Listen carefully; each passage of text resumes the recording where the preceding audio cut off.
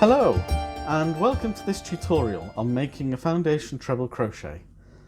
This tutorial is part of a series to help you make my Beachcombing Wrap pattern that can be found on Ravelry.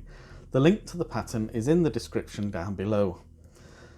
The foundation treble crochet can be used in many different projects instead of a foundation chain and row of treble crochets, and it has a number of advantages over a foundation chain construction.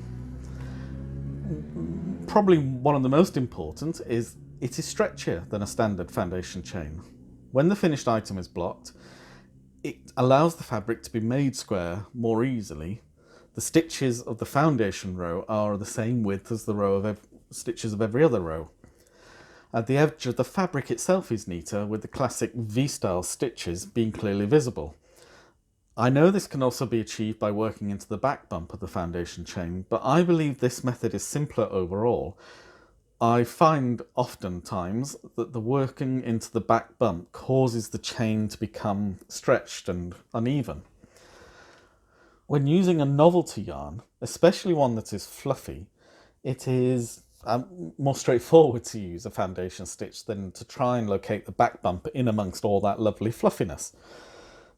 It's much more visible, much less faffing around and fidgeting. There will always be enough stitches for the row because they can be simply added or removed one at a time. I find working with a long chain, I sometimes end up with several stitches too many or too few, and it can be, you can fudge the problem, but it's easier, I find, just to be able to add or take off as is needed.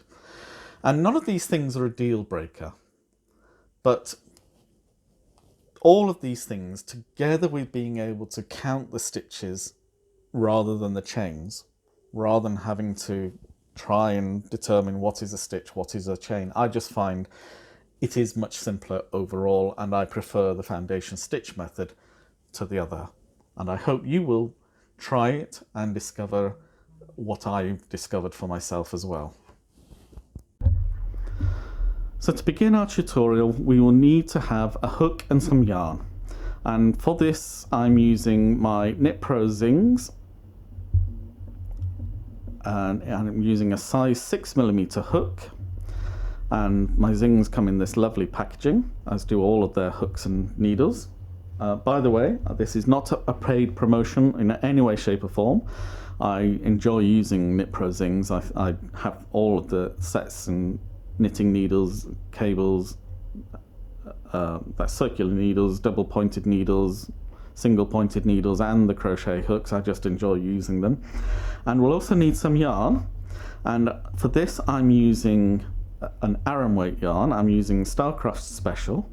I really like Starcraft Special for this kind of purpose, for practicing stitches and elements of patterns before I make the final object. I do sometimes use Starcraft to make blankets and amigurumi and that kind of thing. It comes in lots and lots of different colours. It's very, very affordable, and although it's an acrylic yarn, it is incredibly soft even before it's been blocked. I know many other acrylic yarns can become soft once they've been blocked, but this yarn just seems to be soft from the ball itself. I can't say enough about Starcraft, and it comes in 4-ply, DK and Aran weights, and I just love using it. Again, not a paid promotion, that's just my own opinion of several years of knitting and crocheting and weaving as well.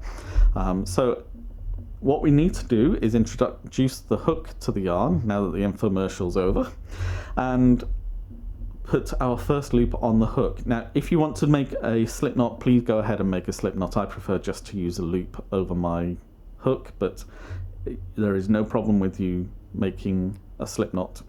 And then we're going to chain 3. Now, I'm going to chain 3 because my gauge is quite tight. If your gauge is a bit looser, then you probably want to chain 4. But whichever you do, we're going to turn the working chain over, and we're going to be working into the bumps on the back, and we're going to skip the first bumps and just work in the final bump. For me, that's the third. If you've made 4 chains, then it will be the 4th bump from the hook, we're going to yarn over and go into that bump, and then yarn over and pull up a loop. Now normally to finish this stitch, what we would do is, with the 3 loops on the hook, is yarn over, pull through 2, yarn over, pull through 2. But we're doing a foundation stitch, so what we do first is yarn over and pull through 1, and that's a chain 1. Then we're going to yarn over and pull through 2, and yarn over and pull through 2, and finish the stitch. So now what we've done is we've created a stitch, but at the base of the stitch we've also got this chain stitch. I hope you can see that. So what we're going to do is work into that, and if we look at the side of the work, you can hopefully see this horizontal bar here, and this almost parallel but not quite descending slightly bar below it. What we're going to do is work between those 2 bars, and we're also going to pick up the back loop of the chain. And when we've got both of those loops on the hook, we're going to yarn over and pull through a loop, and you can see now that we've got the top 2 parts of the chain on top and the 3rd loop of the chain underneath. We're going to chain 1, then yarn over and through 2, yarn over and through 2. My cat seems to, Toby wants to join us. Hopefully he'll just sit on the side and not make any fuss, but I think you can see his reflection in the tabletop. So now we're going to work into the next chain, and again you can see more clearly now this horizontal bar here, we're going to work underneath that and above this slightly diagonal bar below it. So we're going to go into that, and we're going to pick up both loops of the chain, yarn over and pull through a loop, and again you can see that 3rd bar of the chain is below with the 2 on top. We're going to chain 1, then we're going to yarn over through 2, yarn over through 2. Now this is really not much different than just making the normal stitch. The only difficult part of this whole process of making foundation stitches is to make sure that you put your hook in the right place when you first start making the stitch. So again, what we're looking for is this horizontal bar here. We're going underneath that and above the bar that's below it. We're going to pick up the back loop as well, yarn over and pull up a loop, chain 1, whoops, no, just 1. Let's just separate those out. So I've chained 1, yarn over through 2, yarn over through 2. And what you see on the top, we're familiar with this chain, with this stitch construction where we have this kind of V-stitch going that way. If we turn it over and look at the bottom, we've got a similar arrangement on the bottom, but the V's are now going that way instead. And it's those V's that we're working into. So this V is the next one that's going to be worked into. So we yarn over, we find the horizontal bar, we find the vertical bar that's below it, or the diagonal bar rather, and we go between those 2 and we pull, we go into the hole of the, sorry, I'm going to have to move my cat. Sorry Toby, you're going to have to move off. Come on, there's a good boy. Never work with children and animals, they say. So I'll do that again because I think we were all probably a little distracted by that. We've got this horizontal bar here and the slightly descending parallel bar. We're going to go between those 2, pick up the back loop of the chain, yarn over and pull the loop through so it's between the bottom bar and the 2 top bars, chain 1, then yarn over through 2 and yarn over through 2, and we're going to do that again. So it's yarn over, we're going in underneath that top bar, pick up the back bar at the same time. Oh sorry, I think I might have split, oh no I didn't, I thought I'd split the yarn. Yarn over and pull up a loop, yarn over through 1, yarn over through 2, yarn over through 2, and so far we have 1, 2, 3, 4, 5, 6 of the foundation stitches, plus the chain that we started with is 7, so we have 3 more stitches to make.